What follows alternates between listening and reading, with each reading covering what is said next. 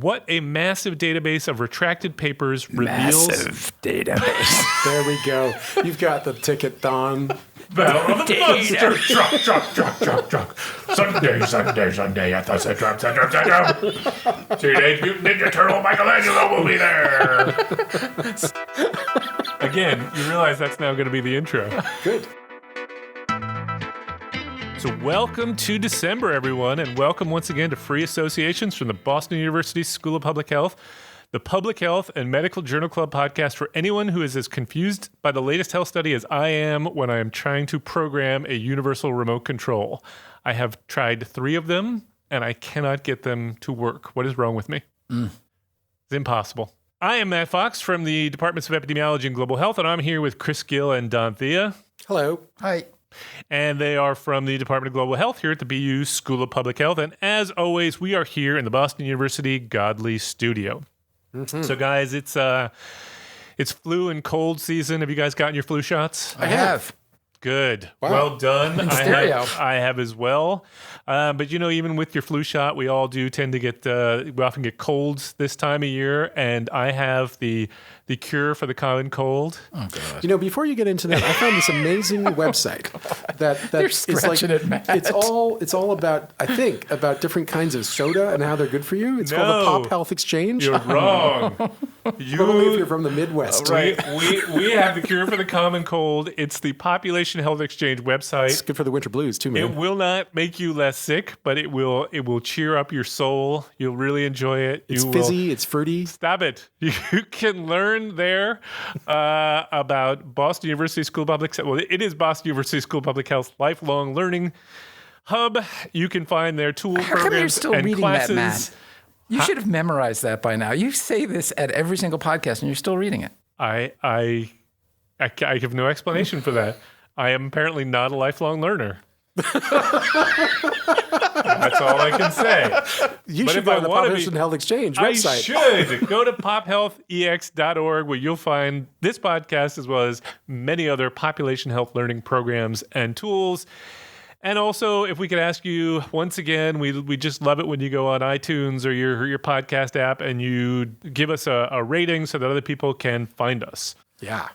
All right, so now on to the show. So today, in our first segment, which is our Journal Club segment, we are going to look at a study about a possible relationship between herpes simplex virus and dementia. In the second part of the podcast, which is our deep dive segment, we will talk about a paper that explored a massive database of retracted papers and what it is that they learned from looking into that database. And then in our third segment, which is our amazing and amusing, we will get into some things that have made us laugh out loud or just helped us get through our day, or Chris will tell us about bees, be they flying around, or vitamins in our bodies. Briefly. Very briefly.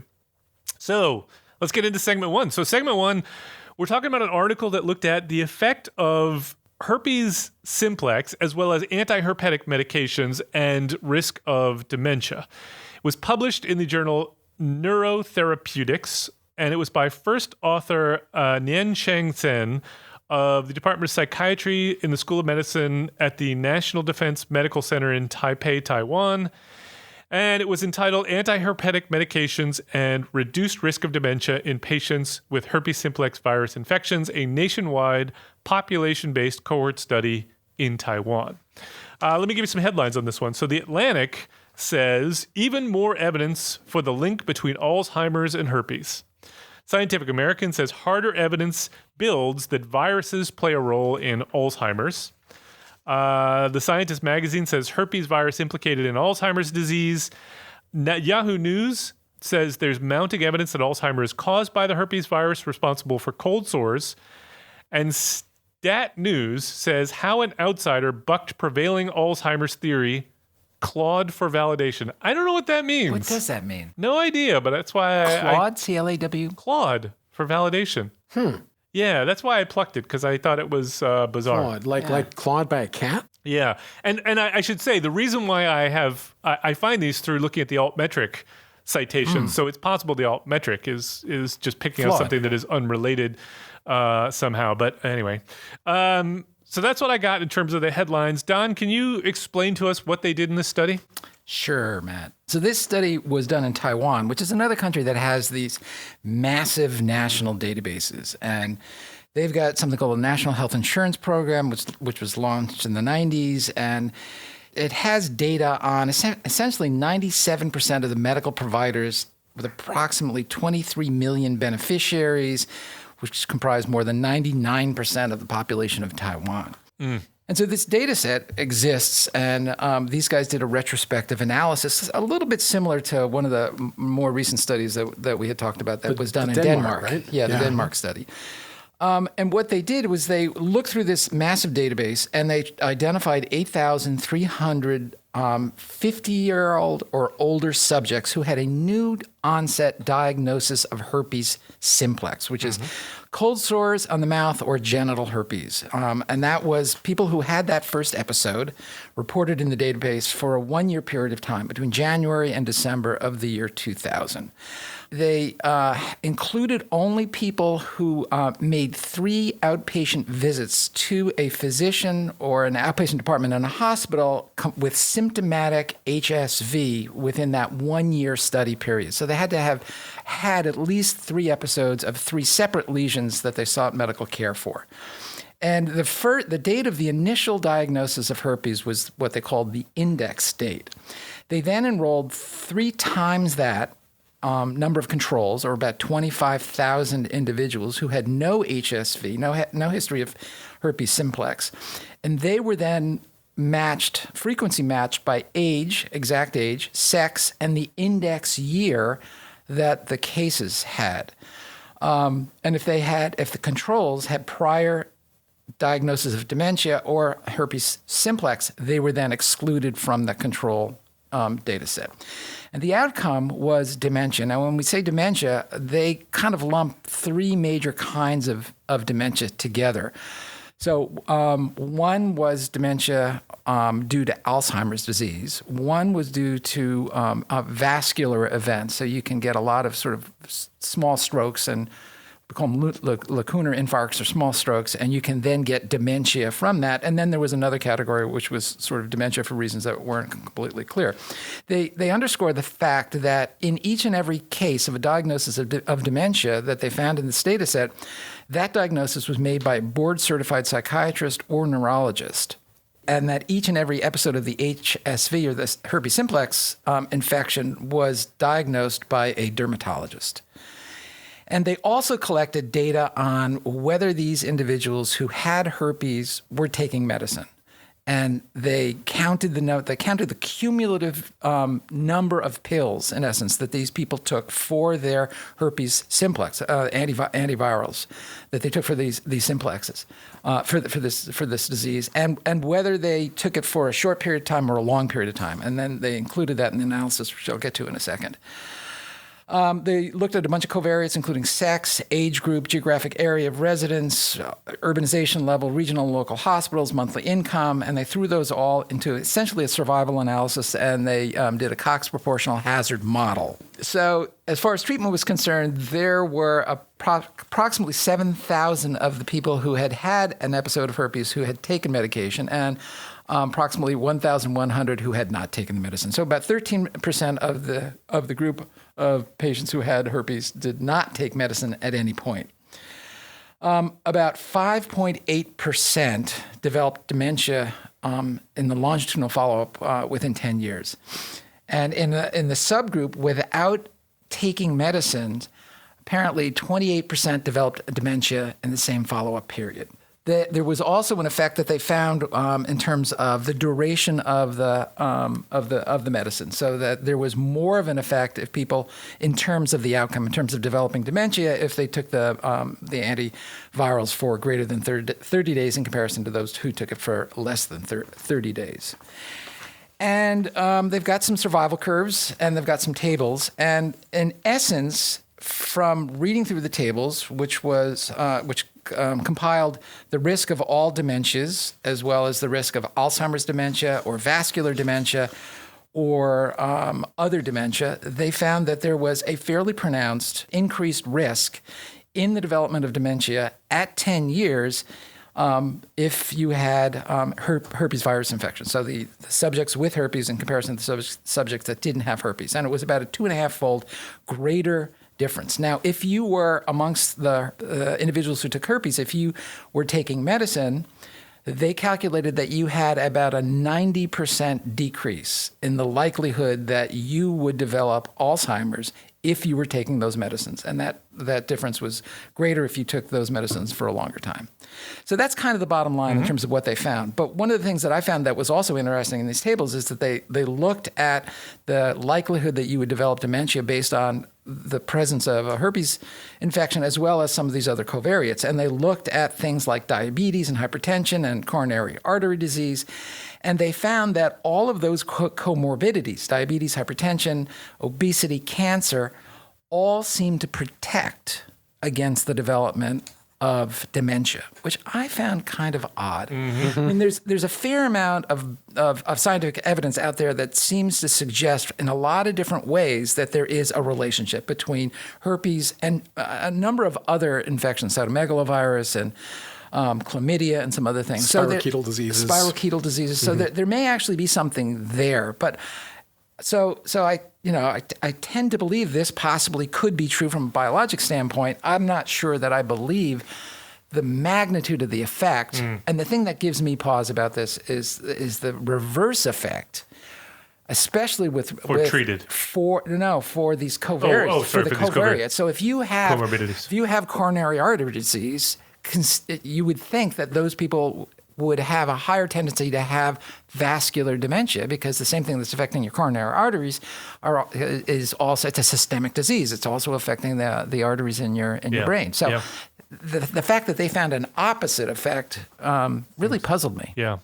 It's a really fascinating one. I mean, the idea that viruses are now being implicated in more and more chronic conditions. You know, we know about HPV and cervical cancer being the one that is, sort of a or Helicobacter and gastric cancer. Yeah, sort of. So it's really interesting to start thinking about the relationship between these viruses and other chronic diseases. And yet, it's not clear to me exactly what the mechanism is here. So, Chris, what's your take on this? Well, I think I felt much as Don did when I first saw this paper come up on our to-do lists. My initial reaction was like, I don't believe this at all. But then I started reading about it. I think you had a different word for it. I might have had a different word for it that we can't, because we're rated G, we can't say. No. But I didn't buy it. And then I started looking into it and there was, like you said, there's an extensive literature on this association, but none of it is really, I think firmly established a causal relationship. So I still have to say that my skepticism is high, and there's a bunch of reasons why my skepticism about the Alzheimer's and herpes simplex virus link is why I'm very skeptical about that. But I don't really want to get into that here because I think I want to focus more on the paper. So my first concern has to do with the difficulty of studying Alzheimer's disease.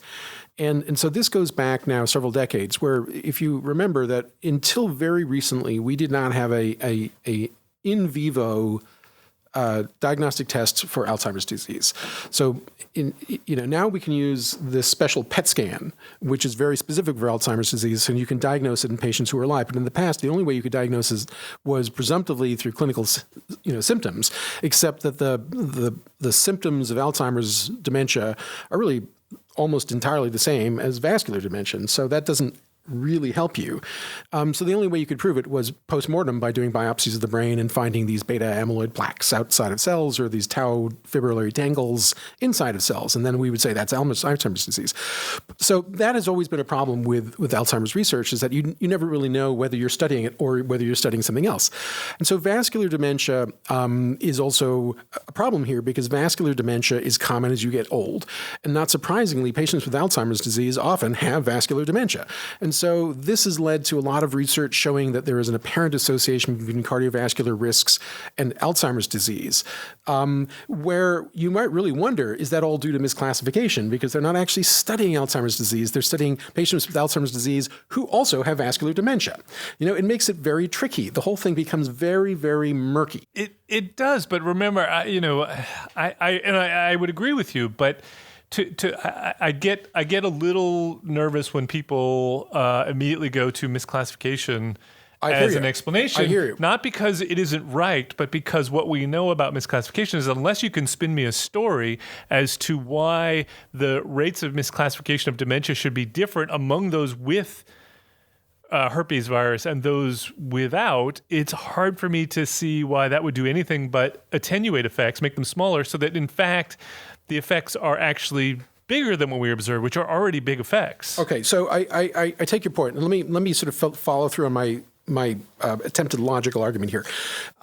Because of the risk of misclassification of vascular dementia and Alzheimer's dementia, and the near impossibility of disentangling these through much of the history of Alzheimer's research, we have come up with these associations that Alzheimer's is maybe an inflammatory disease, maybe it's a vascular disease, it's associated with vascular risk factors, et cetera, and yet those observations have led to interventions targeting those conditions. And so, for example, there have been randomized controlled trials to see if aspirin or nonsteroidals or steroidal anti-inflammatory drugs will reduce the risk of Alzheimer's disease, and they have all failed in randomized controlled trials.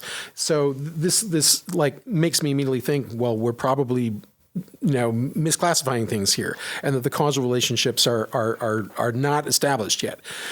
Similarly, when there have been interventions targeting the pathogenesis of vascular disease as a way of controlling Alzheimer's disease, i.e. through the use of statins or beta blockers or things that would treat heart disease, those randomized controlled trials have also failed to improve Alzheimer's disease. So when Alzheimer's disease is diagnosed quite specifically using a PET scan. And so starting with that recognition that the disease is very hard to study, particularly when you're talking about clinical diagnosis rendered through ICD-10 codes, where probably they're not doing PET scans, let's be honest, to make this diagnosis. They're going to see a neurologist or a psychiatrist, and the guy says, yes, I think this is Alzheimer's disease, but they don't know actually what's going on in that patient's head. They literally don't know. So given that there are these sort of overlapping syndromes, I find it interesting that when you look at, in this paper, that the association between herpes simplex infection and the risk of developing Alzheimer's, quote, Alzheimer's disease dementia versus vascular dementia versus other form of dementia, because that was the third category, Alzheimer's vascular or other, that the relative risks were almost the same in all three cases, despite the fact that the pathophysiology of these three conditions is totally distinct from each other. So why would herpes simplex have the same relationships with three totally different diseases? It doesn't make any sense to me, unless we are actually looking at massive misclassification and they really are all the same diseases. Or no. So I would go the opposite direction. I would say, and I agree with what you're saying, which is that, when you're looking at a paper like this and you're looking at the analytics, you want to see, does the story internally make sense? You could it's not quite, but you could sort of think of this as almost like a negative control, that we would expect this might have an effect on one, but not the other, or at least the effects should be different. And you're seeing the same thing. That makes me think not of misclassification. It makes me think of confounding, that there is some consistent pattern of confounding that isn't being controlled, because otherwise you would expect that some of these effects would be null for some of the other conditions, because the effects shouldn't be the same, and you're observing the same. So to me, that's more indicative of a confounding problem than a misclassification problem. I think the other thing is that we, like you said, Chris, we really don't know what causes these diseases, whether it's vascular or whether it's Alzheimer's disease, and there could be commonalities. There could be predispositions. Like one of the things that, in the little bit of reading that I did on this, that came up was that there are certain genetic factors that predispose you to getting Alzheimer's disease, and it's entirely possible that a portion of that same pathophysiology comes into play if you are of that particular genetic background. So our ignorance is great about the pathophysiology of dementia and how to rack and stack it and subcategorize it. So if I could follow on to that, though, Don, because I think you raise an interesting point that they're arguing that, not that herpes simplex by itself causes dementia, but that it causes dementia in the context of people with specific genetic predispositions to respond to herpes simplex in a way that leads to dementia, right? I don't think they're saying that, but that is a potential hypothesis. Hypothesis that is prevalent in the literature, right?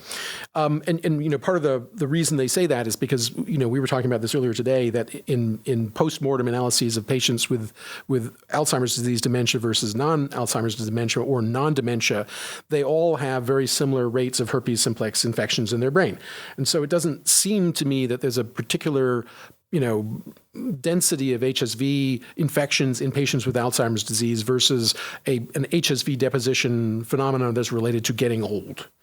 Okay, which is of course a confounder for dementia. But how is it a confounder? Well, because as we get older, we're all eventually going to get demented. But how is age associated with HSV?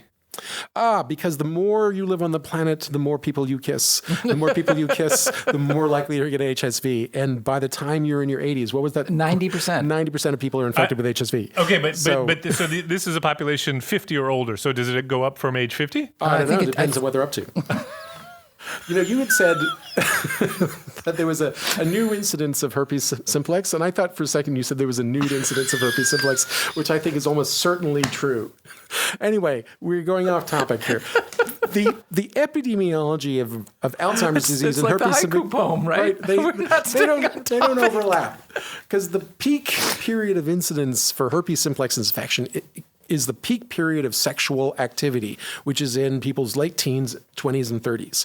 So that is when most HSV transmissions are occurring, and yet the dementias are occurring decades later. So that also strikes me as weird. Like, why would you not see more of a proximate effect between the stimulus and the outcome? So for all of these reasons, I'm skeptical about this. Maybe it just takes time for these things to occur. I don't know the answer to that. Because I don't truly understand the mechanism. And we've seen this story before, because we went through this whole thing with chlamydia infections and coronary artery disease, and that led to randomized controlled trials of. You're saying observational studies pointed to chlamydia as a cause of leading to coronary artery disease. Randomized controlled trials of azithromycin to see if they could ward off coronary artery disease. It totally bombed. Yeah. So this has that same flavor to me of like a lot of interesting circumstantial evidence, but do I believe it's causal? I kind of doubt it. Mm-hmm. Personally. Don, what were you going to say? In reviewing the circumstantial evidence, I was really, really impressed with the quantity of and heterogeneity of the circumstantial evidence. The only thing I wanted to add was that it's interesting, and I didn't know this before, but that genetic factor that they've shown is associated with the development of Alzheimer's disease is a particular allele of apolipoprotein E. And that is a particular gene that actually codes for lipoproteins. Mm-hmm. So there we have perhaps a fundamental mechanism that ties the vascular form of Alzheimer's disease or of dementia with Alzheimer's disease. So, I think our understanding really is in the process of, we need to improve our understanding so we have a better idea of what's going on. So I came into this skeptical. I didn't have any particular reason to believe there was a mechanism. Don, you enlightened me as to some potential mechanisms, but I still have to admit I went into this kind of skeptical. The effect sizes seem way too large to be huge. Believable. And so, a 91% reduction in Alzheimer's incidence for extended use of acyclovir in 10 years. Yeah, I don't buy it. Yeah, I don't buy it either. Doesn't make a lot of sense to me. So I started thinking, what are the other potential explanations? So I started, Chris, I went to the misclassification. I don't have a reason to believe the misclassification would be different across groups, but I do believe that the confounding potentially is a problem. It looked like there was some measured confounding that they were able to control for, but things that they didn't measure for, they didn't give us a lot here to go on. So I started wondering a couple of things. Is it theoretically possible that you are diagnosing dementia because you're getting treatment for your herpes? I mean, it's good. They had to be getting treatment for herpes to be in the herpes group, right? So you don't just have it. You're in medical care. You had at least 3 visits, I think. Yeah, and I had an issue with that because typically somebody gets a cold sore, and they go to the doctor and they get given a medicine, and the cold sore goes away because it typically lasts 7 to 10 days, and then they completely heal, and then sometime later you get it, and typically people don't go back to the doctor. They don't go to an outpatient clinic because of the second and third time that they had it. So I don't understand this particular population of people because it sounds not typical of the average herpes simplex infection. No, I agree. But do you think that being in care wouldn't make you more likely to get your dementia diagnosed? I don't think so. Than somebody who was just in contact with the healthcare system just more being seen by a medical practitioner more frequently? Well, there is one way I can imagine that might be, and that this is some sort of selection bias in a way that you've got. You're going to tell me it's not selection bias, that it's confounding. Be. So I'm always wrong. I'm going to call it bunfounding. All right. By finding. Anyway, so, as we get old and we get demented, we become unhealthy, and our immune systems get progressively weaker, and we are more likely to activate herpes simplex, latent herpes simplex infections. So I'm totally prepared to believe that patients with Alzheimer's disease might be more likely to get HSV or be diagnosed with it because they tend to be diagnosed with because they tend to be unhealthier. Yeah. What I don't understand is why the treatment would reverse that. Okay, so let me ask you a second. Requires a totally different set of sort of circumstances that would lead to a is it possibly the opposite? Is there a possibility that the dementia is leading to the failure to treat herpes? Not whether it's intentional because you're focused on the dementia and not on the herpes, or you're not reporting the whatever it is that would lead you to it's those with dementia are getting less treatment. Less treatment. It's a little complicated. Let me respond to that because of two things. One is those 3 encounters with the healthcare system were a necessary prerequisite for the first year of enrollment in this study. They don't really comment about how many contacts there were from that point until for the next 10 years until they developed dementia. So we don't know. There have been very, very few of those. Yep. Those encounters. And the other thing is that they did the analysis by excluding all cases of dementia that developed in the first 5 years of follow-up. Mm-hmm. And I think that would speak to what you're talking about, Matt. And that I found that and just found difficult the same effect to understand why they were doing that. But how do we explain then the striking impact of anti-herpetic drugs? I cannot. That is so interesting. And not only that, but the selection of drugs that use like ganciclovir. Who in the world is giving ganciclovir for herpes simplex outbreaks? Apparently in I would Taiwan. like to know. Because that is a very dangerous drug. And it's given IV. So, it's usually given for herpes simplex encephalitis. CMV, right? Yeah. I mean, this is a renal toxic drug.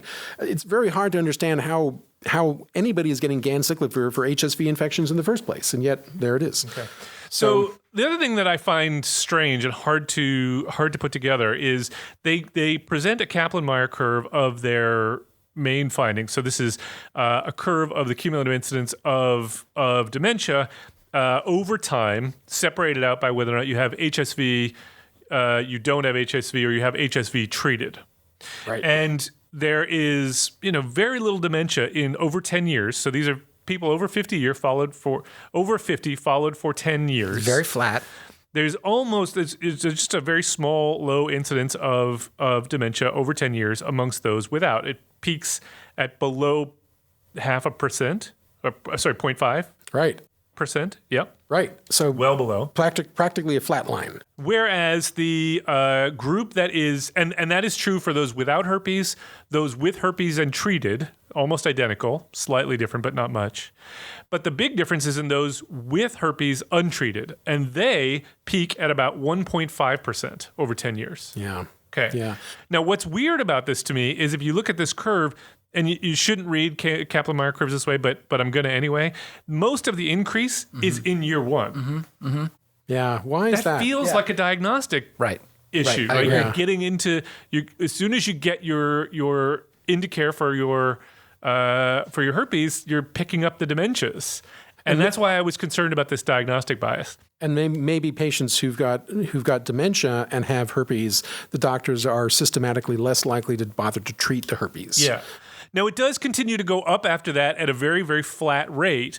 And so that suggests to me maybe there is really something going on, but it's going to be, it's just vastly overinflated by what's going on in this first year that may not be real. And they did exclude the first 5 years of dementia development and still found an effect. It was less of an effect, but they still found an effect. But that's where I'm confused because there are obviously events going on over the first 5 years. I don't know. I didn't know what that first 5 years of exclusion meant. One other thing that I would point to then, which is that so that's 1.5% roughly, right, at the end of 10 years.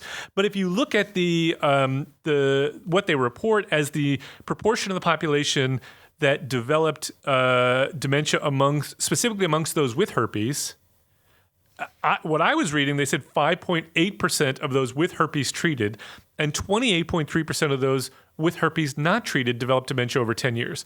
How do we get from 1.5% to 28%? No idea where they got that from. I don't know what's going on there, but something just didn't add up for me. Literally. And so I struggled with that. Yep.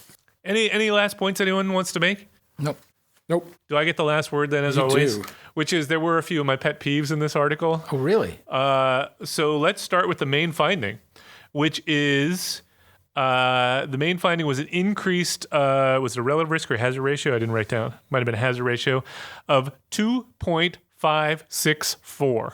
Okay. Three levels of significance We there. do not need 3 decimal places. We don't even need 2. I would be perfectly happy with 2.6. It's the over precision. And then, of course, my other real pet peeve is if you go to the tables, they've got p-values galore, including Asterisks. the asterisks, which is for p less than 0.05, p less than 0.01, p less than 0.001. Even if you're Do you going to have be a problem with the asterisks or Even the if you're- p-values? Well, both. I have a problem with the p-values, but if you're going to... What's wrong with an asterisk? The asterisk implies that we can change the significance level at the time that we actually interpret the p-value, Oh. which we can't do. All right. Yeah. I'm not a hypothesis tester, but if I was going to be. So moving on, let's go to our second segment. So in our second segment, we want to talk about an article that was published in the journal Science Magazine by Jeffrey Brainerd and Jia Yu very recently. It was on October 25th of 2018. And the title of the article was What a Massive Database of Retracted Papers Reveals About Scientific Publishing's, quote, death penalty. And this was an article that describes Retraction Watch. So Retraction Watch is a website that you can go to that talks about papers that have been retracted. And the article was prompted by the fact that Retraction Watch has just released a searchable database of all the retracted papers that they have become aware of. And so this gave the authors an opportunity to troll through this database to see what they could learn about retractions. So retractions are when a scientific paper is removed from the literature, a retraction letter is issued by the journal, and the article is removed from the scientific literature, right? Or it may not be removed. It may but not be removed. flagged as it is retracted. Flagged as a retracted paper, and typically the reasons for this often relate to fraud, but that isn't the only reason. They could be for mistakes or for fraudulent behavior, I'll call it. So faked peer review and things like that. Chris, what is this article all about, and what did they learn? Mm-hmm. Well, I mean, I think the main takeaway from this is that they're found to their considerable dismay that fraud as a fraction of all papers that have been retracted appears to have become the single largest category leading to of retractions, and it has grown year after year after year. And so the question is why is that? And what is that telling us? Is this because we are getting better at finding it? Is it because it is happening more often? Is it both? What exactly is this? And what are the implications in terms of how does this spill over onto the public's perception of the validity of science and their belief in it? And I think they've really highlighted a very important and worrisome issue here. So let me add some facts to that. So from what I gathered, their take is that retractions have increased about tenfold, or about a decade ago when they started this project. Retractions had been increasing steadily, about tenfold. They do actually appear to be relatively rare. So about 2 in 10,000 papers are retracted. And so this database is from the two guys who founded Retraction Watch, which are Ivan Aransky and Adam Marcus, both in New York City. And so they have this searchable database of over 18,000 retracted papers and conference abstracts going back to the 1970s. They do claim there's a paper in there going back further. They claim there's a paper that's been retracted by Ben Franklin, but I searched it. I couldn't find it. Something to do with lightning and keys and yeah, kites. Yeah. And so they say although the number of annual retractions has grown over time, the rate has increased, and the rate of increase has slowed down. About 2% contain 2% of those that were retracted because they contained problematic images that experts identified as intentionally manipulated, which I thought was quite an interesting. I mean, images. I'm assuming that is a scientific image as opposed to a figure or a table or something like that, which is not something I deal with. So I'm not sure how. It's like a photograph of a cell or something like that, and you doctor it or you manipulate it in some way. Right. You put the fluorescent spots in different places that you would hope that you're going to find an effect. Yep. Using Photoshop or something. Yeah, exactly. or some kind of manipulation technique.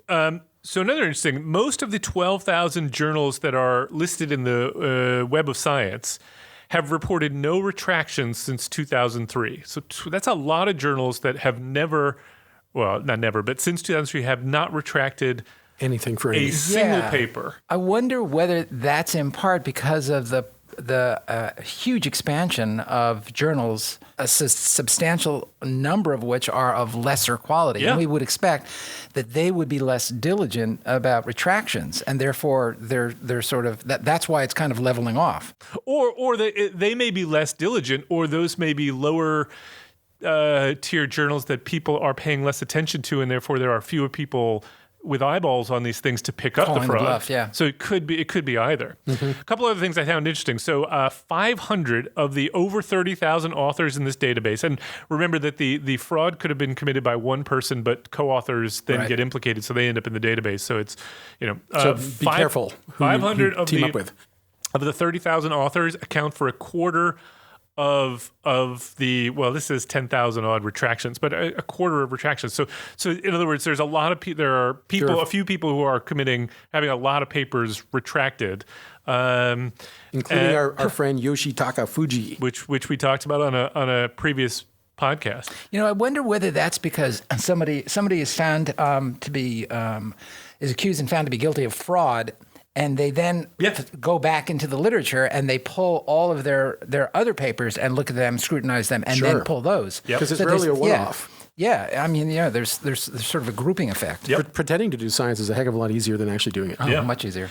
And so then if you go back to 1997 and they plotted out the reason for retractions from 1997 to 2018, and almost about 30-40% of the retractions. The two main reasons were plagiarism or duplication of text and flawed images. Those are sort of the main reasons. Until 2009, when there starts to be an increase in fake peer reviews, such that in 2014, which seems to be the last, or 2015, the last sort of reliable years of this database, it's about 20% of all retractions are for faked peer review. And to clarify, this is like when you go into the journal website and you're submitting a paper and they ask you if you'd like to suggest a reviewer, that you put in an email address that you own, that you sort of set up as a shadow account without your name on it to make it obvious, and then you review your own paper favorably. Yeah. Yeah, it's like a novelty. It's funny that it came out of nowhere in 2009, peaked, and is now sort of starting to drop off. So I'm suspecting that either, obviously one explanation is it started then, but I suppose a more likely explanation is that's when people caught on to this and started looking for it. And so it was before 2009. It wasn't something on people's radar screens. I also wondered whether this was a possibly a reflection of the increased standardization of the software that we use to submit papers online. Yep. And that maybe this is an artifact of the fact that, so many of these journals use exactly the same tool, and that many of them have that question embedded in them to invite an author, to name your peer reviewer. And so if that didn't exist before, that would be a form of plagiarism that could only occur because of a technological change in the way papers are processed. Yep. So what I wanted to ask you guys was this. So I think we would all agree that fraud or scientific misconduct is a reason to retract a paper. And I think we probably also put in the fraud and scientific is faked peer review. The question is, when is a retraction required for something that turns out not to be true? In other words, it's just wrong. Well, wrong. I mean, so we were talking in the earlier segment. You talked about these observational studies of chlamydia that were implicated in coronary artery disease, I believe, that we then did randomized trials and there was no effect. Should those papers that were done on the observational studies now be retracted? No. That's what I'm trying to. No. That's the different thing. I think when we were saying wrong, we mean that like somehow the methodology was wrong. Like, you used the wrong, you did a study where you're running growing viruses in HeLa cells or Vero cells, and it turned out that your cell line was contaminated with HeLa cells. And so you weren't actually measuring the thing that you thought you were measuring. And so it's wrong because it's technically wrong. And so you generated bogus data, and all the claims you made about its growth in Vero cells are wrong because it was actually HeLa cells. But not fraudulent per se, because the intent wasn't there. Yeah. Just a mistake. Sloppy. Or people who round off pi to 3 and use that in their calculations. Wrong. Okay. And I fully agree with you there, but I'm not sure that if you ask the average person on the street about this, whether their opinion would be the same, which is to say that we have a body of evidence about something that actually turned out to be wrong. Shouldn't that be, that's been disproven? Shouldn't it be removed from the literature? Shouldn't that be retracted? Well, I think you have to... Oh, go ahead. You have to make a distinction, I think, between wrong and not showing the truth. Because I think that there are a lot of studies that are done that don't find the truth, but that's not because they're wrong. It's because the approach to finding the truth was not successful, was not sufficient to be able to do that. So to imply that it is wrong, to me, implies that it was done incorrectly or it was done methodologically poorly, as opposed to that experiment was insufficient to answer the question that you're seeking, because it didn't lead you there, although you learned that that's the pathway that you can't take to get to that particular outcome, and you got to rethink it. So let me go back to Chris's example. Essentially what you're saying, Chris, is that we were not measuring the thing that we thought we were measuring, and therefore we retract it because we realized after the fact that we were not measuring the thing. We do this all the time, though. We mismeasure things all the time in research, and that could be the explanation for why, the chlamydia example didn't pan out.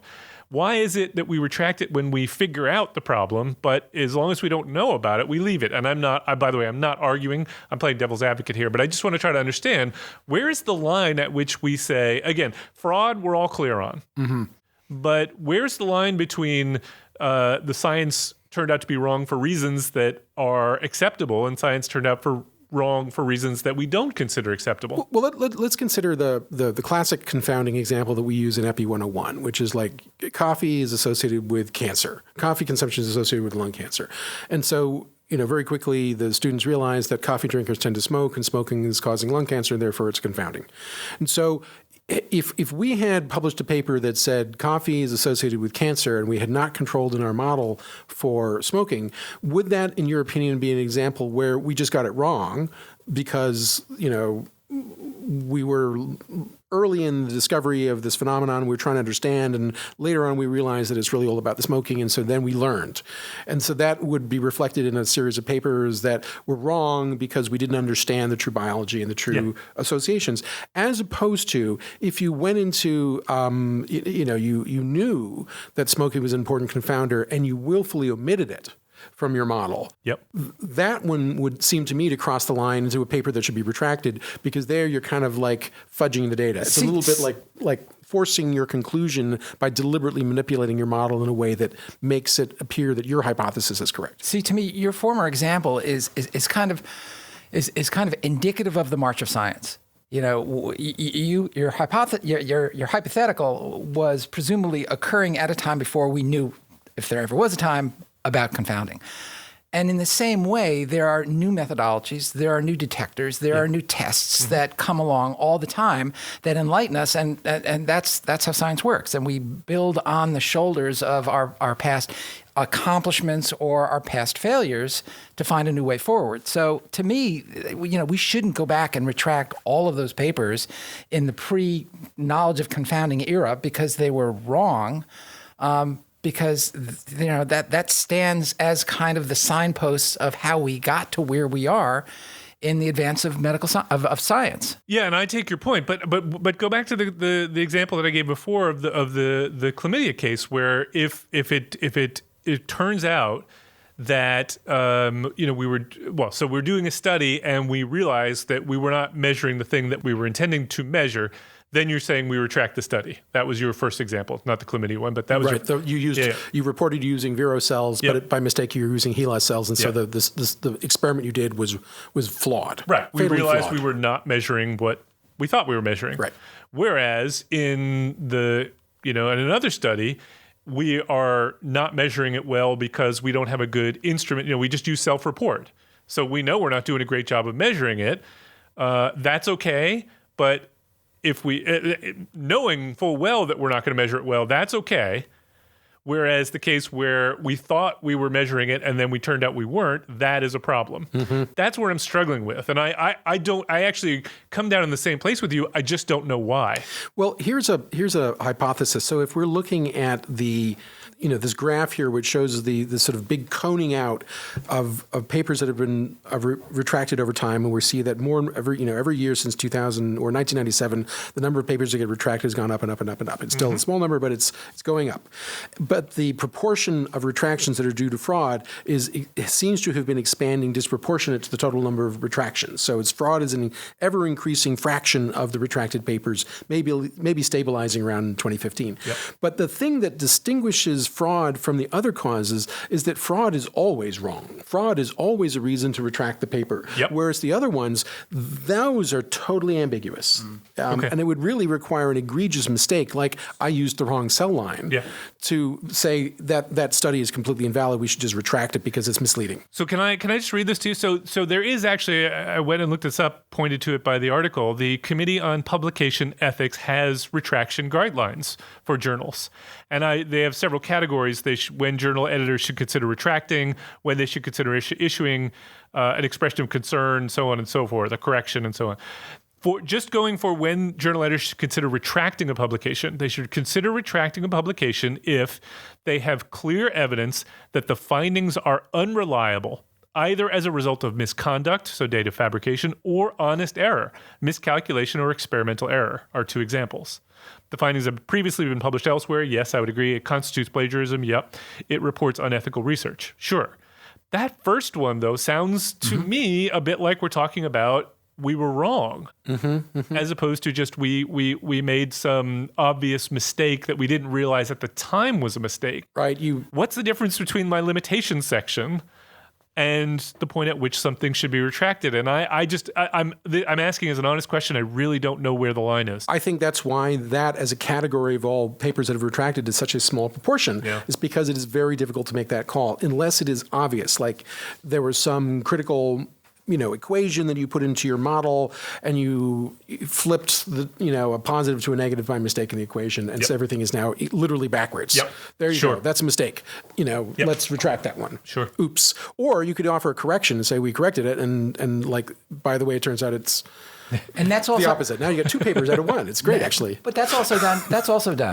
Corrections are done. Corrections are done, and now with electronic search services, we can populate those journals and those articles with corrections in a much more effective way than we used to be able to do. And they say a correction should be done if a small portion of an otherwise reliable publication proves to be misleading, especially because of honest error or the author or contributor list is incorrect. So All right, should we move on to our last segment here, which is our Amazing Amusing, which is where we highlight some of the weird, wacky things that go on, the things that make our job even more interesting than it already is.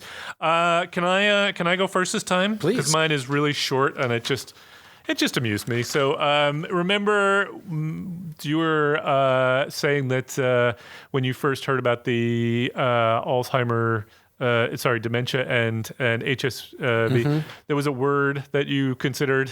I believe it was the word we're not allowed to say, which is BS.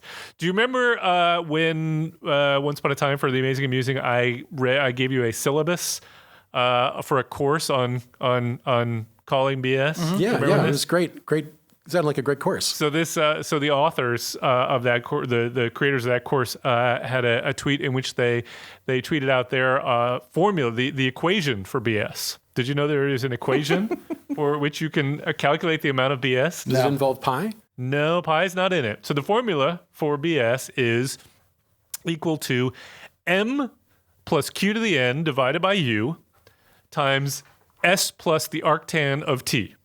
Okay. And now I'll tell you what each one of those things is. So obviously B is BS. M is the mathiness. N is the number of variables. The N is the number of variables. U is the utility. Q is the unquantifiability. T is, this is just getting silly now. And S is the ability to keep a straight face. So there you go. There is the undeniable formula. God, I love quantitative or analysis. BS. That was very helpful to know. Excellent. Chris, what do you got for us? Well, I found this interesting paper about the ethology of interactions, human interactions in the operating room at several hospitals. This was again in PNAS, and I can pull the literature, the citation if you want. But for those of you who don't know, ethology is the science of studying interactions between humans or other animals. There was an Ig Nobel Award for that. Wait, in the operating room, did you say? Yes, in Humans? surgical suites. What now? Right, so ethology is not limited to animals. You can study the ethology of human interactions. Oh, I see. Right. Okay. So it's just the study of how organisms interact, and they can be the same species or different species. Got so it. it'd be like, how do chickens establish a pecking order in how do how do chickens establish a pecking order? There's that kind of thing. So Wait, how do they? they peck each other. Okay, the good. bigger chickens peck the little chickens, and then pretty soon that's Do you know this? How? because I used to own chickens until I free-ranged them and they got eaten. They got, So Okay. the chickens are gone, Don. Wish I had. no, really? Wish I had They asked. got old. It was their time. So anyway, What got them? I don't know, Coyote? probably a coyote or a fisher or a fox. Yeah, we do that. So Don and I both went through this when we were medical students. That surgeons have this sort of history of yelling at people in the operating room, and like everything kind of rolls downhill. And if you're the lowest person in the totem pole, you tend to get yelled at a lot. And so they wanted to sort of study this empirically. And so they did this kind of cool experiment where they had people observing what was going on in operating rooms, and they did several hundred surgeries, and they looked at who said what to whom, and they kind of categorized them until whether these were cooperative statements, meaning that there was like kind of a nice thing, like some mentoring from the surgeon to the fellow, for example, or whether these were conflict laden statements, which would be someone being snarky or mean or sarcastic or angry at someone else in the operating room. And they sort of characterized all these relationships. And what they found, not surprisingly, was that there was a tremendous gender effect of conflict in operating rooms. But the way that this played out was sort of surprising, that the more homogeneous the operating room members were, which would go from the senior attending surgeon down to the surgical fellow, down to the surgical resident, down to the scrub nurse, who would be the next on the totem pole, and down to the charge nurse. Oh, and the anesthesiologist would be a little bit high up. So the surgeon to surgical fellow to surgical resident to anesthesiologist to scrub nurse to the circulating nurse, which is the person who goes in and out of the operating room and is not scrubbed in. and then the medical student. And then the medical student at the bottom, but they didn't include medical students in this analysis. And so what they found was that the more that the gender of the group was homogeneous, the more conflict there was. So homogeneous. So the more, like, if it was all female teams, there was more conflict. If there was all male teams, there was more conflict. But if you mixed it up, there was much less conflict. Interesting. So a mixture of male and female seemed to have an ameliorating effect, and that has been seen in other ethology research as well, not just in humans, but in other animal species. So I thought that was kind of interesting. But interestingly, the effect of increasing conflict due to homogeneity of gender was particularly pronounced if it was all male teams, where there was much more conflict than in any other That's domains. not surprising. Okay. Right. And then the other thing that was sort of interesting and maybe not surprising is that the victim of the conflict comments, like the nasty remarks, was usually several steps away from the person initiating the comment. So it wasn't a direct It was statement. It was less the attending surgeon yelling at the fellow, but much more the attending surgeon yelling at the scrub nurse or at the charge or at the circulating nurse. And so it was people who were many steps away on the hierarchy from the surgeon or whoever's initiating it, who seemed to be the victims. And so there was a tremendous asymmetry on who got yelled at. And that the conflict almost always went down the hierarchy rather than up the hierarchy. That part doesn't surprise me. That's not surprising. Yeah. And do you want to guess on which surgical specialties were most egregious in terms of having high levels of conflict? Cardiothoracic surgery. Bingo. Cardiothoracic, number Really? one. I didn't know that. Followed by... Wait, how did you know that? Neurosurgery. Followed by... Orthopedic surgery. Orthopedic surgery was on the list, but vascular surgery was slightly edged them out. And the least conflict was... Dermatology. The surgical specialty? Surgical specialty. Urology. They were very low. There's one even lower. OBGYN? Yeah, least conflict of all was OB-GYNs. Yeah. Wait, how did you know that? How did you know the highest ones? I don't have a rational reason for knowing that, but it's just the sum total of my experience having gone through the system. Absolutely, those would have been the first two that I would have chosen. Fascinating. They tend to be cowboys. They tend to be very domineering, very guys. sure of themselves. Yeah. Okay. And the vascular guys, yeah. Wow. Interesting. Okay.